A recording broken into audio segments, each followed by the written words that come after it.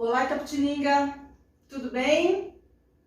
Você sabe que janeiro é mês da hanseníase, do cuidado da hanseníase e do cuidado, e é comemorado também o janeiro branco, que se refere aos cuidados mentais. A minha entrevistada dessa semana, ela é psicanalista clínica, é casada, ela é assistente social também, e ela vem falar um pouco da profissão e de todo o envolvimento que ela tem. Ela também faz parte do CVV, e ela vem falar um pouco de toda a vivência que ela tem com a mente humana nas áreas em que ela atuou e atua ainda. Aline, venha pra cá. Tudo bem? Olá, tudo bem? Tudo Muito bem. prazer. Bem-vinda! Eu que agradeço o convite. É bom poder estar aqui falando um pouquinho do nosso cuidado com a saúde mental. Janeiro Branco, uma campanha ainda um pouco conhecida, não é conhecida totalmente, mas estamos para divulgar. Eu conheço, acho que faz alguns anos, mas acho que há uns 3 que a coisa começou a ser mais divulgada. Mas eu queria começar antes, eu já sei que você é de Tatuí. Fala um pouquinho da sua vida, você é casada, o que o marido faz, se tem filhos, se é solteira, fala um pouquinho. Faz muito tempo que você mora aqui em Itapê? Olha, eu sou tatuiana, nascida em Tatuí, vim para Itapetininga com 3 anos de idade e nunca mais eu voltei para Tatuí. Aliás, eu volto sim, é brincadeira, a minha terrinha, a minha família toda está lá, meu irmão, minha cunhada, meus sobrinhos, minhas tias, enfim, sou muito grata a Tatuí porque é uma terra que eu gosto muito e tenho meus queridos lá. Sou casada sim. E meu marido é o Cristiano. Dá licença, não resisto, tá com cabelinho aqui, ó. Meu marido é o Cristiano, ele é enfermeiro, coordenador do ambulatório de feridas de Itapetininga. Olha, legal. E tem um filho, Matheus. Um beijo, Matheus. Mamãe te ama muito. Matheus tem 11 anos e é meu príncipe, né? Então, é o meu único filho. Único herdeiro. Isso, único herdeiro. E ele não cobra um irmãozinho, não? Ou adora ser mimado e etc? Quando era bebezinho, né, Matheus não tinha muito essa noção de que é ter irmãos. Quando ele foi para a escola, ele começou a ver os outros amiguinhos aí com irmãozinhos. E ele, mãe, eu quero um irmão também. Só que a gravidez do Matheus foi uma gravidez em que eu tive, assim, muita dificuldade primeiro em engravidar. Precisei passar por um tratamento de 2 anos. Nossa. No final da gestação eu tive a diabetes, né, que é a diabetes gestacional e que persistiu. Porque a diabetes gestacional, ela vem e vai embora? Geralmente ela vem e vai. Eu achava que ao ter o bebê eu estaria livre, né, da doença. Porém, ela instalou-se dentro de mim. Oh my God. E a dificuldade em engravidar também foi uma das questões que na época nós conversamos, eu e meu marido, com os médicos, e achamos que seria mesmo só o Matheus. Então eu conversei muito com o Matheus quando ele vinha pedindo irmão, das dificuldades de uma nova gestação, e hoje ele aceita tranquilamente ser filho único. Ele tem primo para ele brincar? Sim, então, sim, tem primos e, enfim, ele tem bastante amigos, é uma criança que está sempre rodeada de coleguinhas e com isso ele conseguiu entender o porquê não tem irmãos hoje. Perfeito. Tem que falar mesmo, né? Tem que falar. Ela estava me contando que ela se formou em psicologia faz um tempo e... Psicanálise. Perdão. Desculpa. Psicanálise, você está há quanto tempo já? Há 3 anos. Aí eu achei que tinha assistência social, psicologia e depois a psicanálise. Então você pulou a psicologia e já foi. Sim, quando eu me formei há 11 anos atrás em serviço social, eu atuei na área e principalmente ali na dependência química, garantia de direitos da pessoa em situação de rua. E me chamava muito a atenção o que essas pessoas que estavam em situação de rua e na dependência química pensavam, as condições mentais que elas tinham ali nessa vulnerabilidade enorme social. Mas elas conseguem entender ou captar que elas têm que a dependência química também dá uma certa judia e machuca e dificulta também o aspecto mental, psicológico, aliás? Elas têm essa noção? Olha, no momento ali, em situação de rua, essa noção já foi perdida há muito tempo. Verdade. Eu queria sempre buscar um entendimento porque a pessoa sai da casa para estar na rua, para viver na rua. Uma vez um relato de um assistido me chamou a atenção, porque nas campanhas, né, principalmente no inverno, eu saía para fazer a blitz social aqui em Itapetininga, onde a gente sai em busca, né, de trazer essas pessoas que estão na rua no inverno para um abrigo. Sim. E eles não aceitam muito E eles isso, não né? aceitam. E esse relato desse senhor me chamou a atenção porque ele falou assim: eu tenho pavor de deitar e olhar para o teto. Parece que o teto vai me sufocar.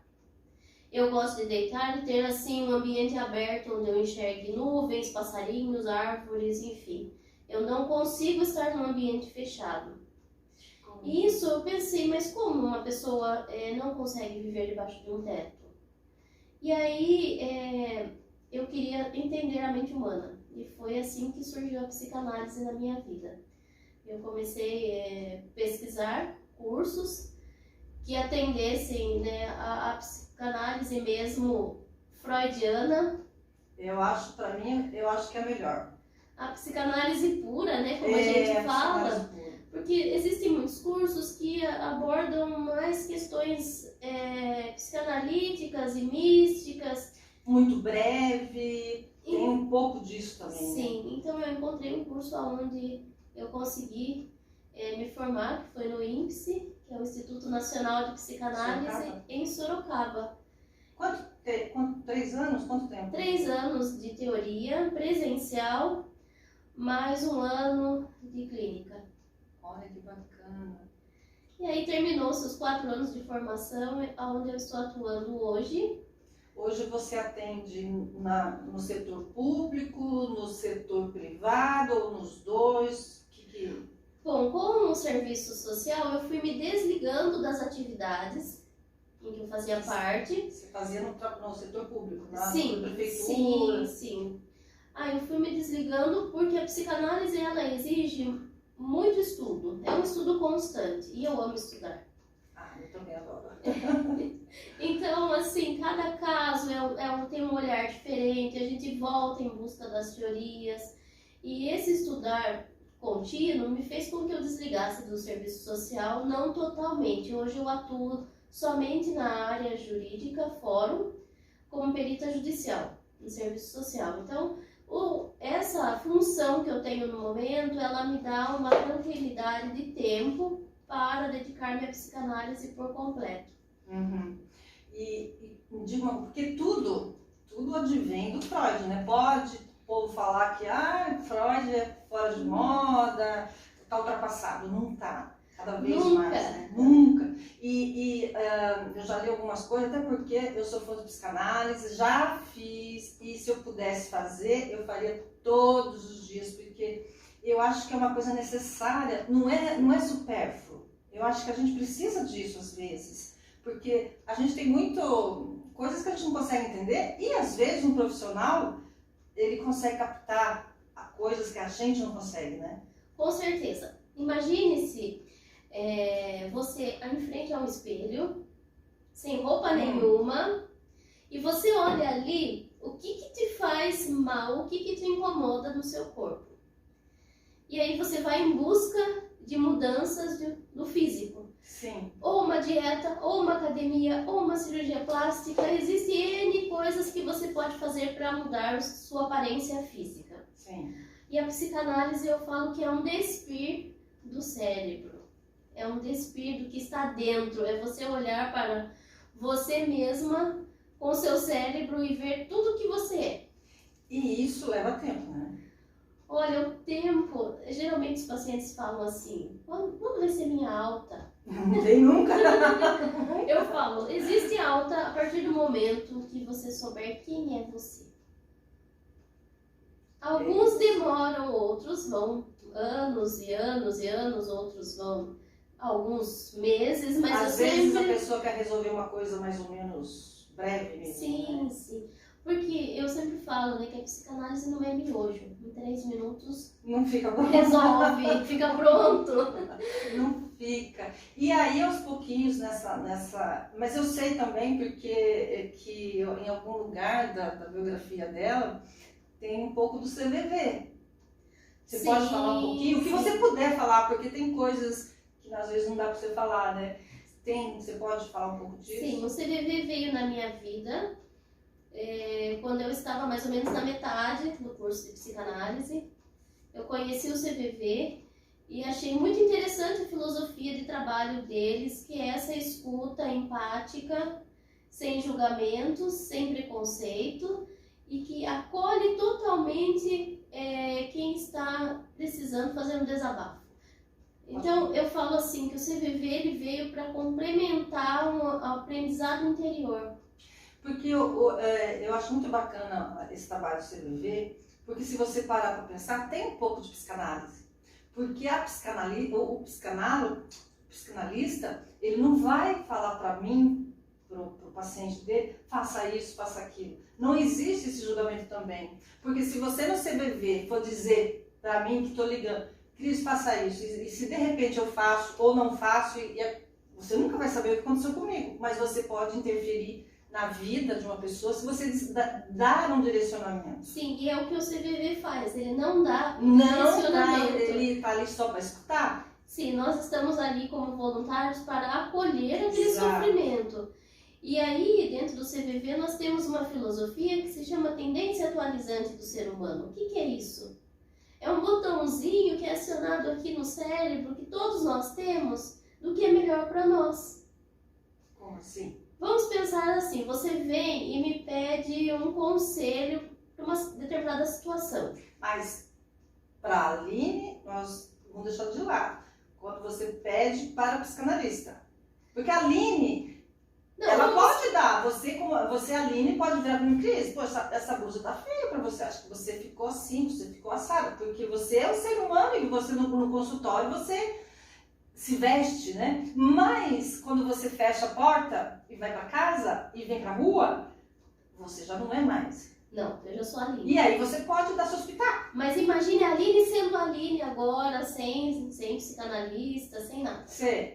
Você vem com uma amiga, Aline, o que você acha que eu faço em determinada situação, está acontecendo isso, isso, isso. E você dá todo o seu relato. E eu, Aline, vou e falo assim, faça isso, esse caminho é melhor. E você vai e segue o meu conselho. E dá errado. De quem é a culpa? Não é sua, eu acho. Por que Será? seria sua se, por exemplo, eu fui buscar, você é minha melhor amiga e você me conhece, você fala, você diz, Cris, conhecendo como eu te conheço, talvez fosse bacana você ir pra cá, eu acho que daria certo pra você. Se der errado e eu já cato, eu acho que o erro tá mais em mim, porque antes de acatar 100% do seu conselho, eu não deveria ensinar. Porque é muito fácil responsabilizar um terceiro pelo nosso fracasso. Aí, com certeza, esse será que você disse é o botãozinho da tendência atualizante. Porque você sabe o que é melhor, mas você veio pedir o conselho e você quis deixar o seu botãozinho da tendência atualizante desligado para seguir o conselho. Aí deu errado. Mas então, Aline, deixa eu dar mais uma cutucada. Então é difícil se desligar da sua profissão, ou porque você está dizendo, você trouxe algumas coisas para a sua vida, mais para você viver, né? Essa coisa, tendência atualizante. Isso. Então, pelo jeito, é difícil deixar. Olha, é difícil a gente, ser humano, seguir o nosso botãozinho da tendência atualizante, porque sempre nós queremos a aprovação do outro. Sempre nós buscamos o que é melhor para o outro e não o que é melhor para nós. O julgamento, o medo do julgamento, né? Então, quando se aconselha alguém, a culpa é realmente de quem deu o conselho.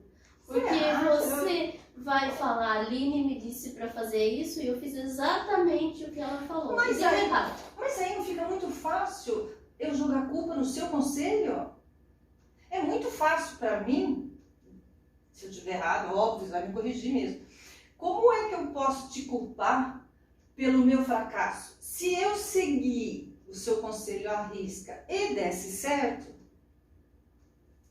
então você também que acertou, você que colocou os eixos na minha vida, e agora como deu errado, não é errado eu culpar ou responsabilizar o meu fracasso por ter ouvido o conselho de um amigo? Ou não? Porque a gente vive numa, não sei se você concorda comigo, mas a gente vive numa sociedade que dificilmente as pessoas se olham e dificilmente elas estão se responsabilizando pelo que elas fazem.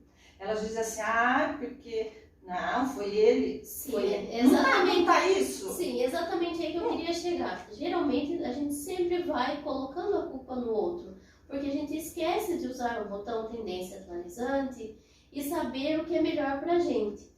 Então, quando você vai falando do seu problema, você vai começando a escutar a sua própria fala.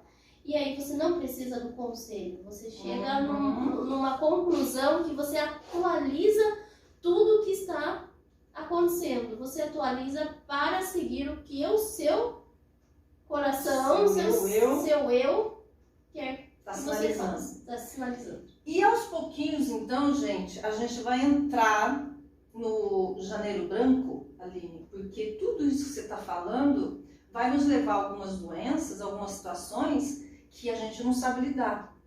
Mas antes disso, eu gostaria que você que está aí, curta, que você compartilhe, que você chame seus amigos para assistir o programa. Porque esse tema em particular, eu acho vibrante e extremamente necessário.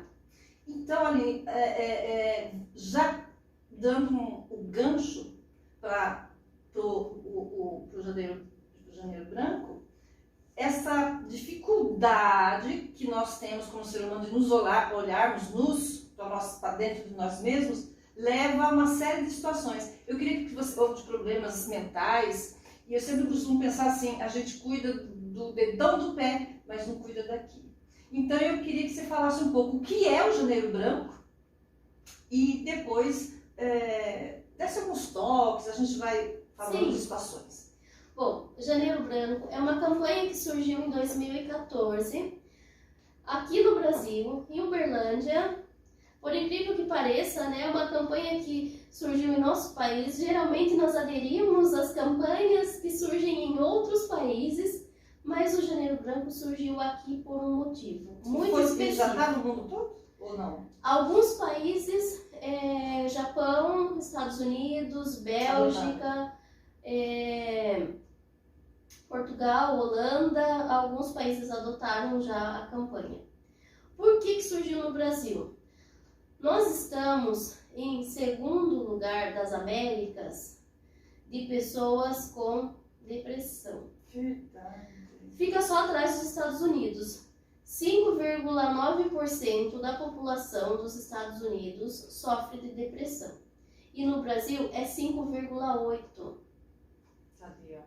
Então nós estamos em segundo lugar no ranking de pessoas das Américas que sofrem com depressão. É muito triste, né? E assim, em Uberlândia, né, em 2014, os psicólogos se reuniram e colocaram, né, uma campanha para chamar a atenção da população no cuidado da saúde mental. De 2014 para cá, nós estamos caminhando lentamente nessa campanha. Como todas as campanhas, elas não são assim explosivas já de primeiro momento. Ela é uma campanha que, assim como Outubro Rosa, Novembro Azul, Setembro Amarelo, ela vem ao longo dos anos ganhando uma força, ganhando um espaço. E eu achei assim bem interessante o slogan da campanha do ano que nós estamos agora, de janeiro de 2023. O tema, a vida pede equilíbrio. A vida pede equilíbrio e é tudo que a gente não tem. Eu, pelo menos, não tenho. Equilíbrio interno. O que é equilíbrio interno? O que é? É quando você consegue sentir o que está acontecendo com você e equilibrar-se de dentro para fora. Então, esse equilíbrio interno, muitas vezes a gente no dia a dia, na correria, nós não buscamos se conectar a nós mesmos. Nós não conseguimos essa conexão. Por falta de tempo, celular, o que é? Inúmeras coisas. Primeiro, né, a correria do dia a dia, as redes sociais, as pessoas querem estar o tempo todo muito conectadas, mas ao mesmo tempo elas não têm mais tempo de viver para quem está ao lado, para quem está ao redor. E o Janeiro Branco, ele vem para chamar essa atenção de que o ano começa no mês de janeiro com uma folha em branco, onde você vai escrever aquilo que você quer de meta para a sua vida. Por isso que a campanha é justamente no mês de janeiro, onde existe ali um espaço para pensar quais são minhas metas esse ano.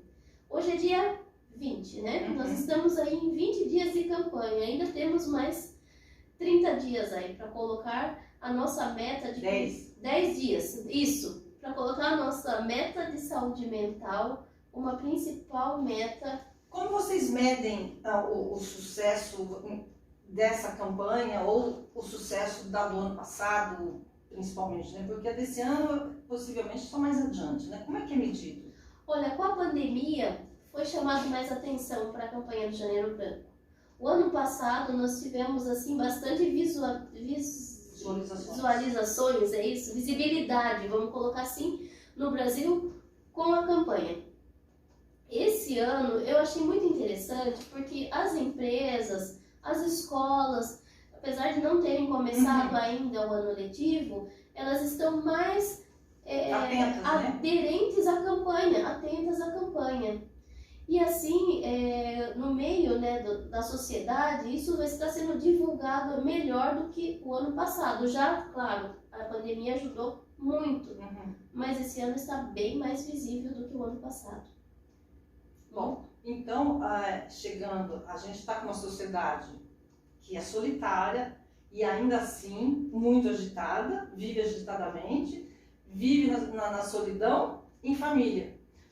Como que vão surgindo os problemas? A juventude está muito assim, pelo menos é isso que a gente imagina, né? Fala na TV, etc e tal. Como que as coisas vão acontecendo? Como é que acontecem as situações? Como que elas devem lidar? Como é que está essa doença, o cuidado Bom, falando, né, da ansiedade, que é a mais comum, que é a principal doença mental hoje do nosso mundo. Imagina que são 300 milhões de pessoas no mundo que sofrem com a ansiedade. Nossa, mãe, jura? Nossa, hoje, né, nós estamos numa conscientização melhor com a população de que as doenças mentais, elas não são mais encaradas como uma frescura, um mimimi.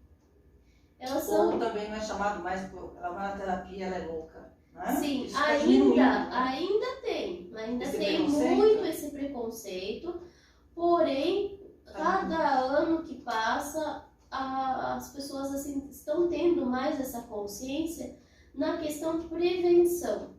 Antigamente, você ia procurar um serviço de saúde mental quando algo não estava realmente bem, que isso era visível a todos. Então, você ia até um lugar que tratasse de saúde mental, mas mesmo assim com aquele medo, porque você já não tinha assim muito mais o que fazer. Então, alguém chegava e isso era muito sigiloso dentro da família mesmo. Ninguém assim procurava falar, comentar do que estava acontecendo. E como que a pessoa ansiosa, às vezes nem sabe que é ansiosa, vamos começar sobre os sintomas, para você começar a prestar atenção se tá dentro, quando que a ansiedade é normal e quando que ela começa a ser patológica. Olha, existe personalidade ansiosa. E daí não é doença. Que a pessoa já nasce predisposta na sua personalidade a ser ansiosa em todos os momentos. Vamos colocar aí como ansiedade crônica. Olha. Essa ansiedade crônica, ela precisa ser tratada e ela é mais demorada de ser diagnosticada não, mas de ser mudada por ser um caso de personalidade. Até genético, então, né? Sim, é de dentro, ela já é assim por natureza própria. E existem crises de ansiedade. O que são crises? São ansiedades que surgem de acordo com o momento, de acordo com a situação. Isso também é tratável. Isso é um tratamento que dá mais resposta imediata, porque a pessoa aprende a reconhecer ali o que te deixa ansiosa e com isso ela consegue se equilibrar. Por isso que nossa campanha esse ano é o equilíbrio de vida.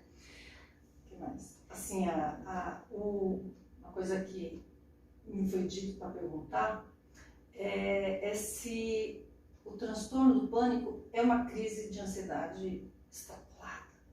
Sim, o transtorno... E também é uma doença mental, né? Sim, o transtorno do pânico, ele vem, né, sempre com aquele medo de ser quem a pessoa é.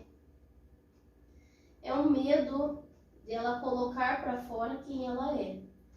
E é interessante, né, que o pânico, ele se existe em cada situação de um modo diferente.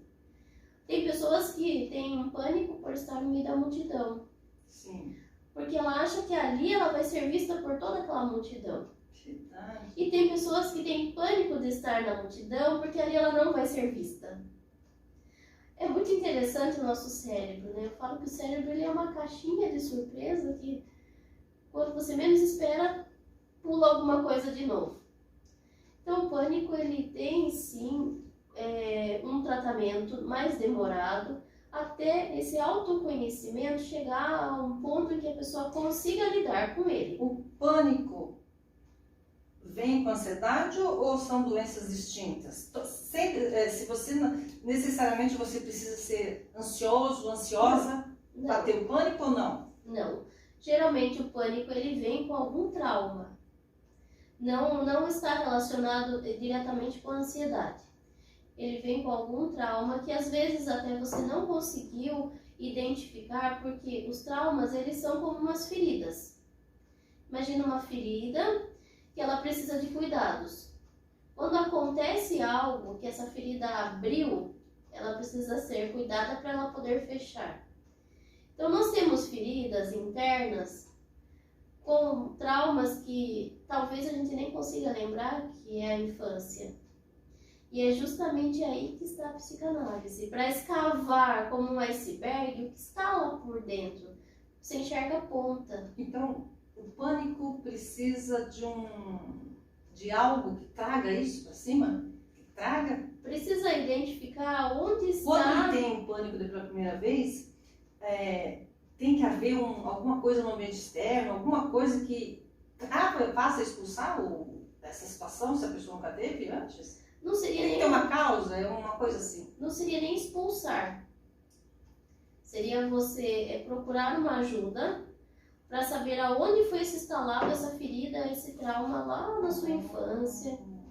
Porque dentro, né, da psicanálise nós temos aí as fases infantis, o qual nós carregamos para o resto da nossa vida. Então a criança, ao nascer, um bebezinho, ele conhece o mundo pela boca. Olha. Tudo que ele vê, ele coloca. Aliás, né, nós seres humanos, nós temos a amamentação, o alimentar, já é a primeira coisa que um bebê tem. Então é a fase oral, que nós chamamos na psicanálise, que é aquela fase onde se dá ali do nascimento até mais ou menos um ano e meio no máximo. Conhecer o mundo pela boca, é o prazer pela boca. E nessa fase o ser humano já pode adquirir um trauma? Nessa fase existem fixações. Aliás, todas as fases, né, na vida adulta, a fixação principal da fase oral é a questão da obesidade, onde aquele adulto desenvolve, né, uma obesidade pelo fato de se alimentar toda hora, de ter que estar comendo para ter prazer.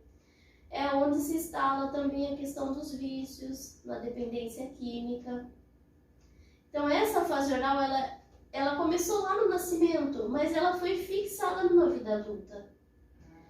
E aí, com isso, né, nós temos também, depois dos 2 anos, a fase anal, onde é o desfraude de um bebê. Nossa. Onde o ser humano carrega ali como um trauma do não. Quando você tem um bebê e está tirando a fralda dele, você tem que dizer aonde ele pode e aonde ele não pode fazer as necessidades fisiológicas dele. Ele tem que saber reter, ele tem que saber expulsar do corpo.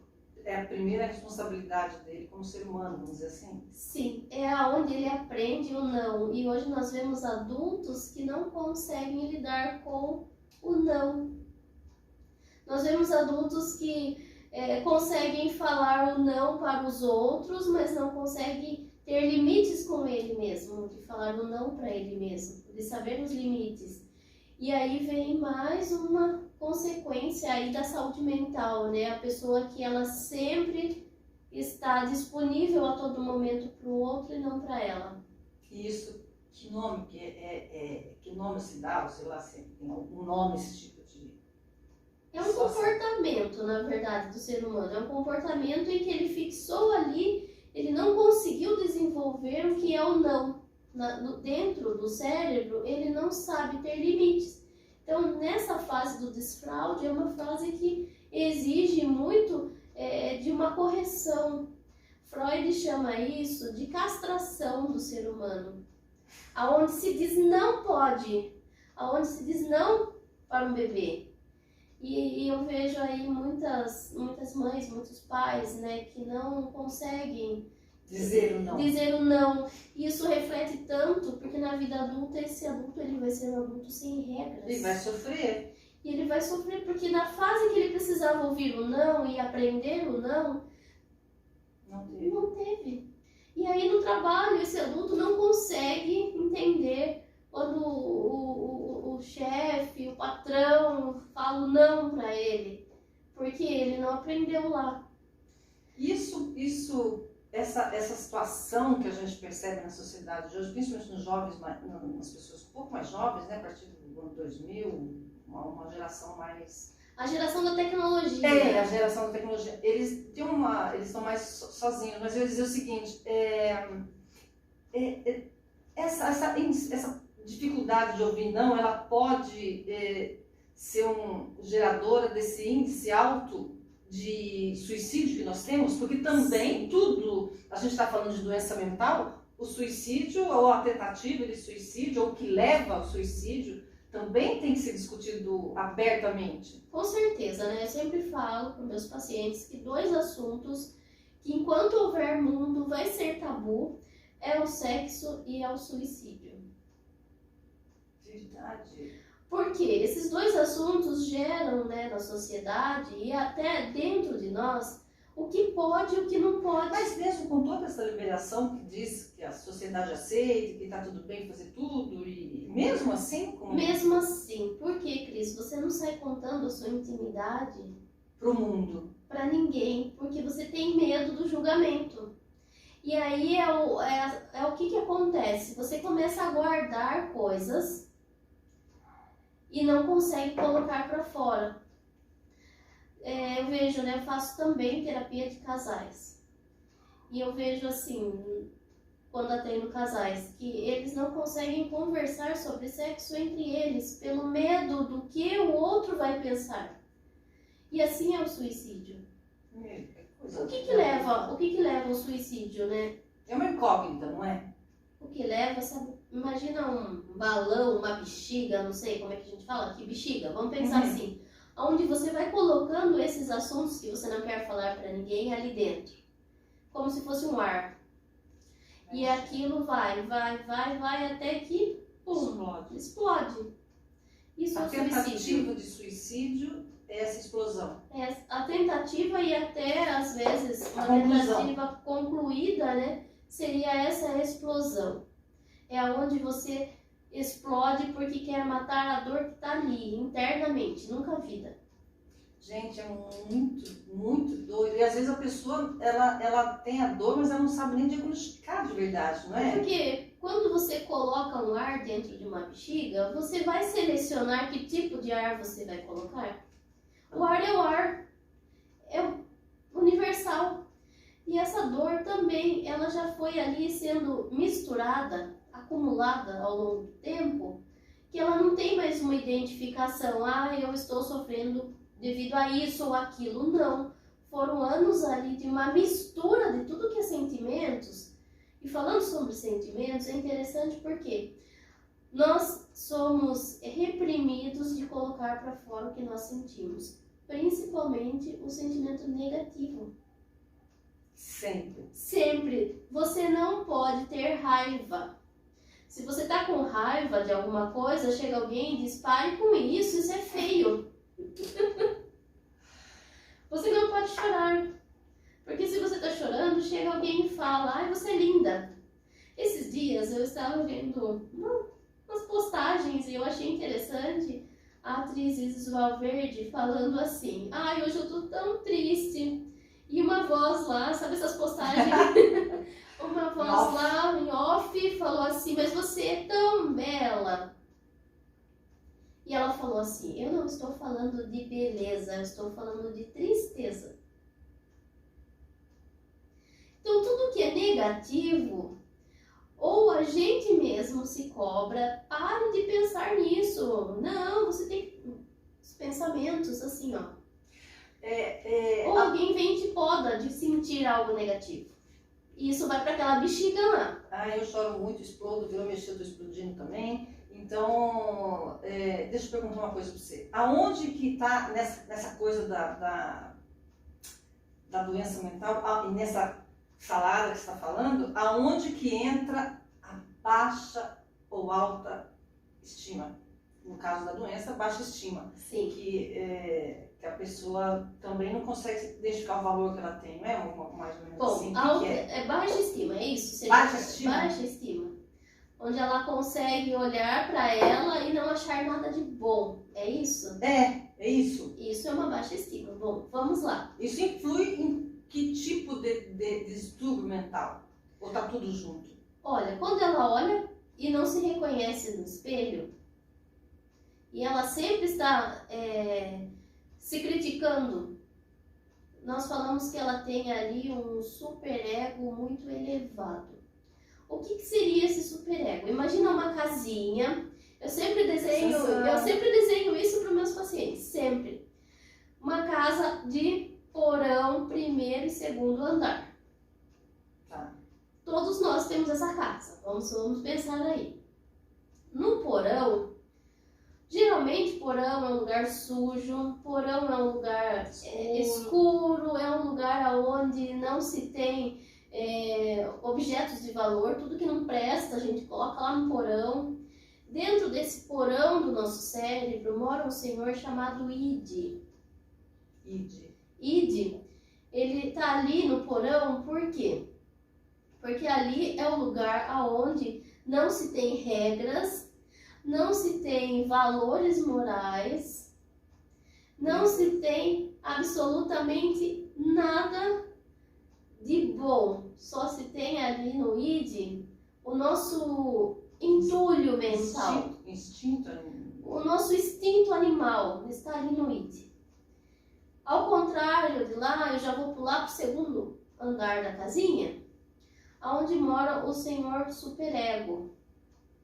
O que esse senhor tem? Uma casa impecável, mas muito impecável, limpa, extremamente conservada, extremamente arrumada, e ele anda com uma bolinha de cristal na mão e ele anda com chicote. Deus. Por quê? No meio dessa casa mora o senhor ego. Ele é o meio entre o id e o superego. O segundo andar. Isso. Acima do porão tem O primeiro andar, O né? primeiro andar seria, mora o equilíbrio da nossa mente. O ego. O ego. Ele mora no meio, entre o que está lá no porão sujo, e eu vou falar um pouquinho desse porão. Vamos imaginar o Senhor Ide como um carnaval eterno. O que você tem de censura dentro da festa do carnaval? Nada. Você pode sair com quem você quiser, você pode transar com quem você quiser, você pode beijar quem você quiser, você pode sair sem roupa pra rua. Ninguém vai te censurar porque é carnaval. Então, o Id, ele representa muito esse carnaval.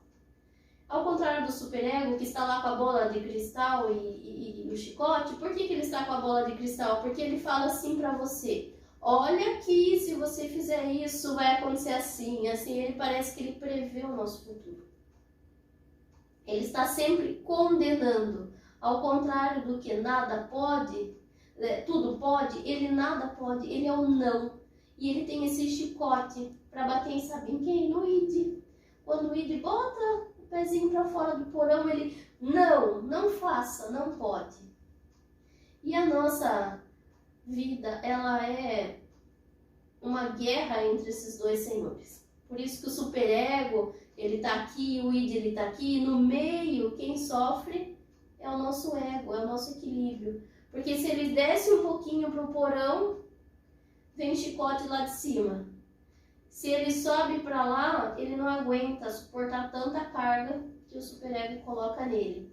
E aí, voltando à sua pergunta, a pessoa com baixa autoestima, ela tem o superego elevadíssimo. Verdade. Ela não consegue se livrar do chicote e da bola de cristal. Porque o superego bate na própria pessoa.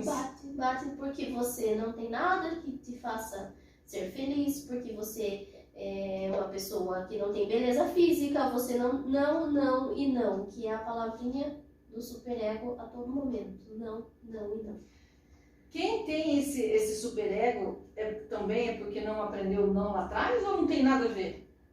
Olha, provavelmente ele tem esse superego muito rígido porque ele foi construído com isso sendo muito rígido. Imagine o ser humano sendo um terreno. Você, como mãe e pai, tem um bebê onde vocês vão construir esse bebê. E construir em dois sentidos. No sentido emocional e mental e no sentido físico. Nós sempre focamos aí no sentido físico. Eu escuto muitos pais falarem assim: eu não quero que falte nada para o meu filho. Tudo que eu não tive, eu vou dar para o meu filho. E aí passa a existir muitas vezes o tudo para você. Daí não vem o não nunca para criança. Não vem o não nunca. E aí, esse bebezinho, ele precisa desse cuidado físico, mas ele precisa dessa construção mental.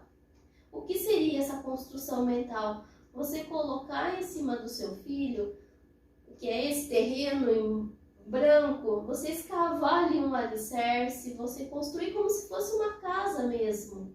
Você construir um alicerce, a base religiosidade, a base moral, a base...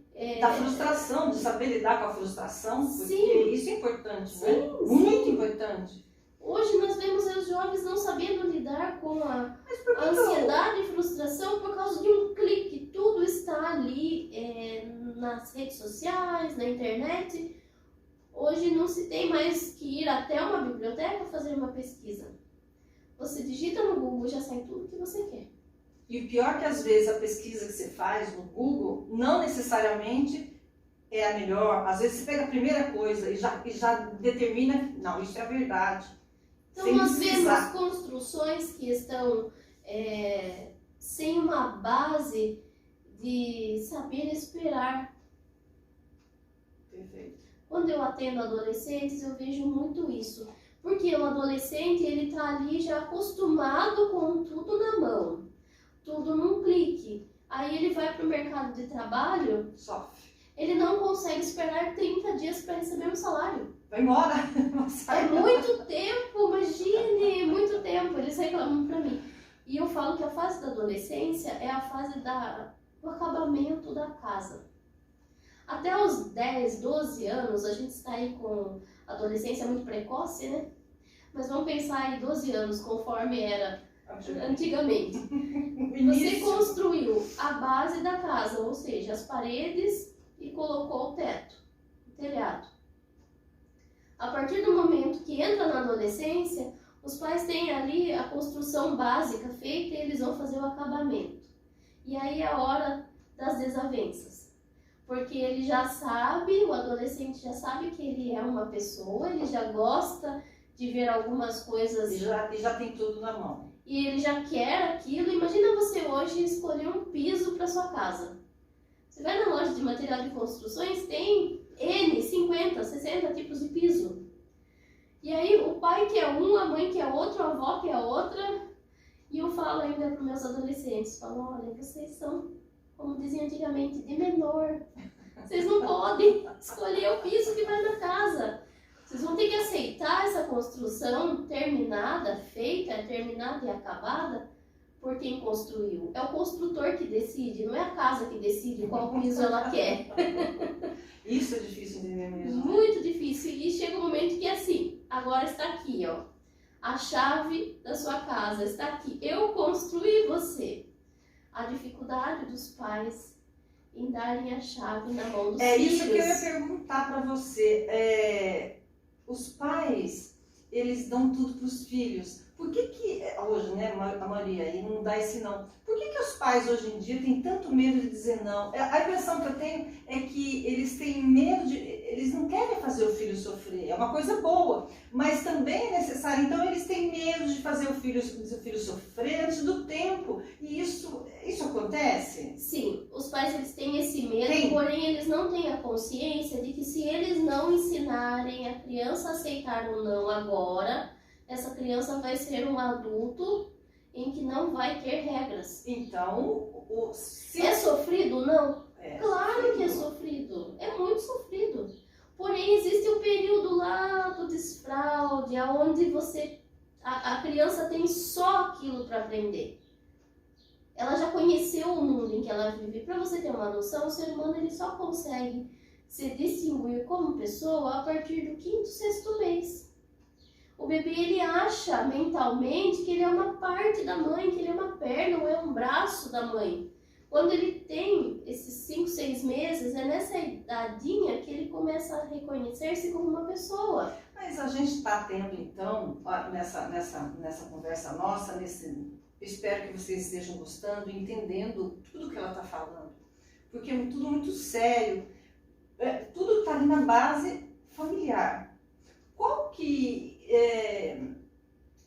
a sociedade, vamos falar especificamente da nossa cidade, da Pitiniga, eles têm não estou nem falando do CAPS, alguma coisa voltada, assim, tinha saúde mental, eu não sei se ainda tem alguma coisa para acolher essas pessoas, sobretudo as que não têm condição financeira de pagar um terapeuta, um psicanalista, mesmo um psicólogo, para acolher e fazer esse trabalho ou não? Você sabe como é que está? Sim. Na nossa cidade nós temos aí o CAPS IJ, que é Infanto Juvenil, onde são acolhidas essas crianças e adolescentes que já apresentam algum tipo de transtorno, de distúrbio mental. Lá eles passam por psicólogos, por psiquiatras. O CAPS em frente ao posto do Mesquita, bem em frente ao posto do Jardim Mesquita, posto de saúde, está ali, o CAPS IJ. Próximo à prefeitura, gente. Sim, esse CAPS eles têm um acompanhamento mesmo voltado para criança e adolescente. Eles vão lá ou também tem um trabalho familiar, vão conversar com os pais, ou chamam os pais para conversar? Porque o problema é um problema da célula familiar, não é? Sim. Geralmente, quando os pais percebem algo estranho na criança ou a escola percebe, essa criança é encaminhada para ir lá no CAPS IJ fazer o seu tratamento. Então, eu sei que o jovem vai lá, mas a gente está falando da dificuldade que os pais têm de enxergar que eles também estão fazendo a coisa errada. E aí, se eles estão fazendo de alguma forma, alguma coisa disso tudo que a gente acabou falando, eles não têm a consciência, porque eles estão achando que estão fazendo certo. Mas, se lá no CAPJ eles procuram ter um trabalho familiar, porque seria importante chamar os pais, se isso for diagnosticado uma dificuldade com não, ou enfim, uma ansiedade em função de uma série de coisas. Os pais não deveriam ser chamados? Ou são chamados? Geralmente os pais são acompanhados, os filhos vão acompanhados dos pais. Fazem o trabalho junto com o filho? Ou o filho fica isolado? Eles têm consultas onde os pais participam e também tem o tratamento só mesmo individual. Com a criança, individual. É importante as duas coisas, sim, né? Claro que é importante, porque quando você está construindo uma casa, volto lá na metáfora da casa. Você, como a engenheira, como a construtora da casa, vê que a casa está apresentando alguns tipos de problema na estrutura, o que você vai fazer? Você vai procurar um especialista para te orientar. E eu falo que os pais, eles dão mais trabalho do que as crianças dentro da terapia. Porque os pais... Tem dificuldade de assumir a parte que lhes cabe. Sim, os pais, eles têm dificuldade em construir essas crianças. Então, na terapia, é 1 hora de atendimento. Na casa, são quantas horas? E aí, tudo que eu consigo, muitas vezes, construir em 1 hora, ela é destruída em poucos minutos na casa. Porque a terapia, até fazer o ser humano começar a digerir e começar a interiorizar todo o trabalho que é feito nessa 1 hora semanal, demora tempo, né? Demora tempo. Como você acabou de falar, sim, a criança, um pouco mais, um pouco menos, mas criança é um negócio muito variável. O adolescente, como ele está em processo de construção, ele é muito fácil de entender o que está acontecendo com ele. Mas o que não é fácil é quem constrói aquela criança. É quem está fazendo a casa, quem está levantando a casa. Sim, quem está levantando a casa. E daí você tem que falar para a casa assim, se conscientize, porque você é uma casa, você não pode ter escolhas ainda, mas as escolhas que o pedreiro está fazendo, que o construtor está fazendo para você, também não são escolhas muito boas. E ainda dentro do tudo isso, gente, a gente está abordando as coisas talvez mais principais, talvez, né? Sim, nós estamos aqui abordando as questões das doenças, como surgem, né, as doenças mentais. É assim. É assim, desse modo, ao nascer. Ao nascer, já está ali. E qual a solução? Quando que a família, assim, eu falo mais da pessoa que não tem condição, mas tanto a pessoa mais simples quanto a pessoa que tem condição financeira, qual o caminho? O caminho é cuidar. Equilíbrio, como diz a campanha. Notou que não está bem? Vai buscar uma ajuda. Alguém falou para você que você não está bem? Reflita. Porque as pessoas que estão ao nosso redor, tanto elas percebem quando a gente não está bem, quando elas percebem que a pessoa passa por um processo analítico, de terapia, elas notam a diferença. Elas vêm e falam, como você está diferente. Aí já é interiorização acontecendo, sim. Né? Então, procure dar atenção aos sentimentos. Dê atenção, o que eu estou sentindo? Procure acolher seus sentimentos. O segredo está em acolher. Ah, mas eu não quero acolher aquilo que é ruim. Ok, existem 2 tipos de darmos vazão aos nossos sentimentos. Tudo é aqui, tá ali, instalado. O nosso cérebro, ele é um HD perfeito, que ele não tem descanso, a não ser o dia que a gente morre. Verdade. Só que assim, tudo que está aqui, ele precisa dar vazão porque ele não vai ter espaço suficiente para ficar só aqui. Precisa ter um meio de escape. O primeiro meio de escape está aqui, sai aqui. Fala. Falar é a melhor solução. Tem que ter uma campanha dessa no CVV. O que você fala, você coloca pra fora. Olha o que ela tá falando, gente, é muito sério. Mas tem pessoas que não conseguem falar. Se expressem através da escrita, da arte, da música, mas dê vazão para que isso saia. Não dê a vazão interna. O que seria a vazão interna? Quando você não fala, aqui também vai chegar uma hora que não vai ter espaço. E ele vai descer aqui, ó. Ele vai passar pela boca, mas ele vai descer e atingir o estômago. O estômago? O principal órgão das emoções é o estômago.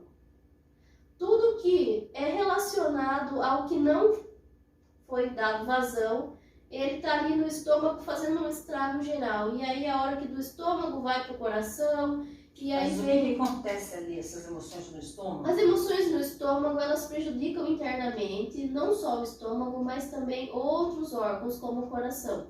Ataque cardíaco, aí a falta de ar. Intestino preso. Intestino solto.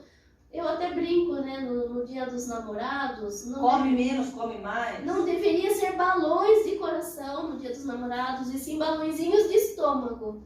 Porque o estômago, ele é o órgão das emoções, e não é o coração, como romantizam por aí. Então, eu li ou eu assisti uma entrevista, então é por isso que a gente tem frio na barriga? Essa entrevista que eu assisti falava exatamente disso. Exatamente disso. Que o frio na barriga é isso que eu estava dizendo. É essa expressão, o frio na barriga. Ai, nossa. Arrepio. Eu estou ali tensa, nervosa, aquele frio. As situações novas, o medo, ele dá o frio na barriga. Quando então, o medo pode terminar uma pergunta. Então você perceba das emoções e dê vazão aqui, ó, tá tão pertinho, ó, aqui o cérebro, aqui a boca. Gastrite. Tá tão pertinho, a famosa gastrite nervosa. E aquele negócio de esôfago também tem a ver? Sim, passou, chegou na boca e não soltou. Veio aqui, ó, veio direto, ó, pum, caiu aqui e fez isso, ó, expandiu. Caraca! Por isso que falar sempre vai ser bom. Pense o que você faria, o que eu estou sentindo, o que eu vou fazer com isso que eu estou sentindo? Vou botar pra fora. Mas tem gente que fala assim, quando você me perguntou, e as pessoas, né, pra onde vão? Quando a pessoa não tem condições de pagar um tratamento de saúde mental, quando a unidade de saúde está com uma fila enorme, quando o CAPES, enfim, estão com lista de espera, saia, tenha um tempo sozinho em que você consiga falar dos seus sentimentos. Não fique perto de ninguém, senão vão dizer, nossa, olha lá, tá falando sozinho. Isso faz bem. Saia para um lugar onde você não tem contato com ninguém e fale. Coloque Grite. tudo para fora o que você está sentindo. Tenho certeza que o alívio ele vai vir de imediato. Então, é necessário fazer um tratamento? Com certeza, mas quando não há recursos, tem que se buscar internamente. Se busque internamente e coloque para fora, não guarde nada, porque se você guarda, já sabe o que vai acontecer, né? Então, você a gente fala um pouco do medo, quando que o medo é saudável e quando não é saudável? Bom, falando em medo, o medo ele é 100% fantasioso. Não existe realidade no medo. Como assim? Meu Deus do céu! Como assim? O medo, ele pertence à classe da fantasia. É um fantasma na nossa vida. Ele é um fantasma. Então, todo fantasma, ele não vem bonitinho, né? Vestido de, sei lá, de princesa. Ele vem sendo um fantasma. Eu vi uma mensagem, não sei aonde, dessas do Instagram, que diz assim, uma dica para você. Todo dia, faça uma coisa que você tem medo. Faz sentido? Claro, você vai enfrentar o seu fantasma. Olha, porque ele é fantasioso. Imagina que se eu falar pra você assim, eu tenho medo de atravessar a rua. Por quê? Porque vai vir um carro e vai me atropelar. Uhum. Isso vai acontecer se eu olhar bem dos dois lados? Não. Então o medo não é uma fantasia? É uma fantasia. Então, o medo também tem muito a ver com o medo da sua aprovação, né? Sim. A aprovação do outro. Sempre a culpa anda junto com o medo. Ali os sentimentos, ele é um fantasminha real mesmo, porque vem os sentimentos colados nele, né? A culpa, o remorso. E eu falo assim que toda história, ela carrega ou a culpa ou o remorso. Por que eu fui fazer isso? É a culpa. Ou por que não fiz? É o remorso. Deveria ter feito. Então o medo, ele vem com essas duas palavras. Só para ilustrar isso que você está falando, eu levei a estrutura do canal, seu ponto de vista foi idealizada em novembro e dezembro de 2020. Eu levei 5 meses, dezembro, janeiro, fevereiro, março, abril, 5 meses para fazer a entrevista, porque eu tinha medo do que a pessoa lá ia falar de mim. E aí eu comecei a fazer e fui perdendo medo. Mas até hoje eu ainda tenho medo de fazer live. E isso é uma coisa, live mesmo. Sim, ao vivo. Ao vivo mesmo, eu faço. Mas eu faço isso com você, por exemplo. É que agora eu estou fazendo gravado mais, uma fase de gravação mesmo. Mas esse medo, é tangível mesmo. Sim. Mas a gente tem que enfrentar. Então eu quero não ter medo de fazer live no Instagram. Eu quero... É uma coisa que realmente é tangível. Então tem que ir mesmo. Tem que ir atrás e... Não, eu vou fazer a live. Aí parece que depois você percebe assim... Porque as dicas que eles dão pra gente fazer live é... Finja que não tem ninguém do lado de lá. Não é tão fácil. Então você vai. Até que você... Quer saber, meu?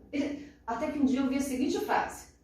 Cris, as pessoas vão te julgar de qualquer jeito. Então, pronto. E aí foi mais fácil. É interessante porque, assim, pensando, né, sobre essa situação que você me colocou de live, é um medo fantasioso. Volta no campo da fantasia. O que vai acontecer se você fizer live? O que vai acontecer se você gravar um programa? As pessoas vão te julgar do mesmo jeito. Exatamente. Então ele não é uma pura fantasia? E como toda fantasia, ou como todo medo, o elefante na sala não é tão grande, não é? Sim. É um cachorrinho. Depois você vê que é um cachorrinho, um petzinho bacana e tal. Mas foram 5 meses. O importante é você reconhecer. Muitas pessoas falam que sentem um medo que não sabem o que é. Eu já ouvi muito essa expressão no consultório. Eu sinto um medo. Mas medo do quê? Não sei. Não reconhecem o seu medo. Então, quando a gente se conhece internamente, ou num processo de conhecimento interno, nós vamos descobrindo até as coisas que são difíceis e que a gente não sabia, não tinha... era um conjunto de tanta coisa que não sabia reconhecer nada. Até aqui eu tenho 2 amigas, só rapidinho, porque a gente já está indo pro final. Uma amiga que aceitou falar um determinado assunto. Ai, Cris, eu tenho medo. Então fui na casa dela ensaiar, ela veio aqui ensaiar um monte de vezes. No dia da entrevista, aí ela deixou a cola aqui, a colinha aqui. Quando começou a entrevista, em 5 minutos ela deixou o papel do lado. Ela floresceu, falou assim, com uma naturalidade, ela perdeu o medo. Ela enfrentou o medo. E não precisou de colinha, não precisou de nada. E uma outra pessoa também, que essa eu não conheci pessoalmente, e conheci através de uma indicação e tal, tudo. Hoje a gente é muito amigo, amo ela de paixão. E ela também, porque eu não vou conseguir fazer. Vai, sim, claro que você vai. Eu vou estar lá junto com você. Ai, eu sempre fui medrosa, demorei 5 meses para fazer uma entrevista. E aí, também, menina, ela começou a falar, porque ela dominava o assunto, as duas dominavam o assunto. E eu falei para as duas, você vai dominar, primeiro você vai falar, porque você domina o assunto, pode levar colinha, mas você não vai usar. E para outra também.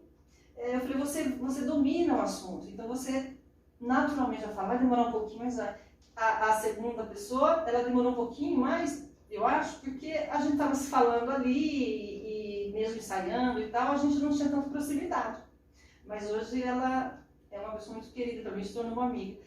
E ambas enfrentaram o medo, e é muito bacana isso, né? Sim, é enfrentar o fantasma. Enfrentar o fantasma. A gente já está indo, e eu gostaria de saber, assim, de perguntar para você, de perguntar para você, o que você fala. Eu sei que você já deu um monte de recado, mas o que mais você pode falar para quem está nos assistindo, para quem vai nos assistir, e e que está precisando de alguma coisa, que está precisando de ajuda, e que está sentindo uma coisa, ansiedade, pânico, e não sabe o que fazer da vida. Dá uma dica, mais assim do que você já sabe, assim, dá uma última esperança, vamos dizer, um toque. Bom, reconheça que você está nesse momento incapacitado de cuidar de si mesmo. Procure um profissional. Se você não tem acesso ao tratamento pelo SUS ou particular, coloque para fora. Mais uma vez eu dou a dica aqui, que sempre vai ser a melhor solução é falar. E eu trouxe aqui para você, Cris, a cartilha do Janeiro Branco.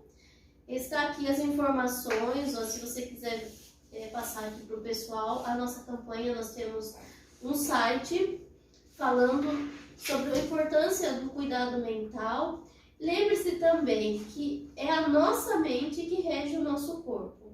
Não adianta você ser a pessoa mais bela do mundo se sua mente está doente. Às vezes as pessoas se preocupam tanto com a parte estética, e principalmente agora, né, no verão, quanto empenho aí do pessoal que faz academia e tal, e eu preciso estar com um corpo perfeito. Mas procure dar uma olhadinha como está a sua mente. Outra coisa que eu acho importante, antes de falar isso aqui, é que a sociedade, de um modo geral, ela fala que as pessoas têm que se aceitar como são. Mas isso é mais ou menos, né? Então, o culto ao corpo bonito, sarado, ainda existe. Sim, tem até, né, o provérbio, corpo são, mente sã. Eu inverto esse provérbio, mente sã, corpo são. Eu vou inverter, sempre. Porque como a gente vê o cuidado extremo com o corpo, nós não vemos muitas pessoas cuidando extremamente da sua saúde mental. Hoje em dia, terapia não é mais luxo, é necessário, é necessário. Ah, mas eu não apresento nenhuma patologia, mas por que você não quer se conhecer? Eu sempre falo que a psicanálise ela vem para mostrar um lobo que existe dentro da gente. Esse lobo interno. E aí as pessoas vêm, né, para a terapia, vão para o divã, o famoso divã dos filmes, né, que é o principal do consultório, onde tem ali um momento de uma conexão interna muito grande.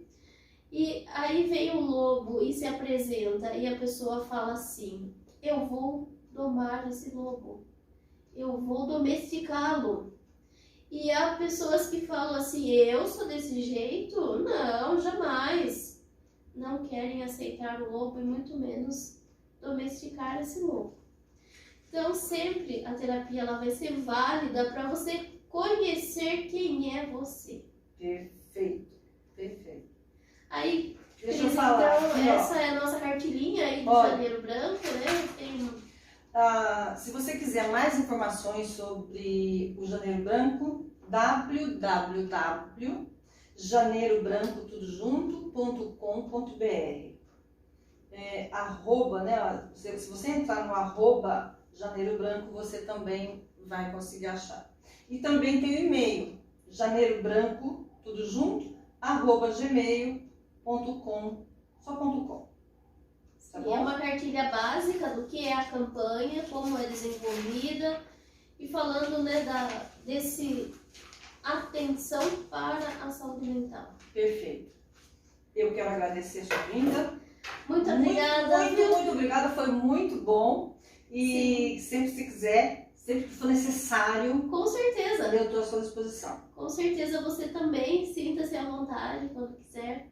Vamos lá conversar sobre saúde mental, que é muito importante. Bom. Muito obrigada. Espero que você realmente tenha gostado. Compartilhe com seus amigos. Às vezes você conhece alguém que está precisando de ajuda. E eu passo essas informações. Muito obrigada. E compartilhe, curta. E até a próxima.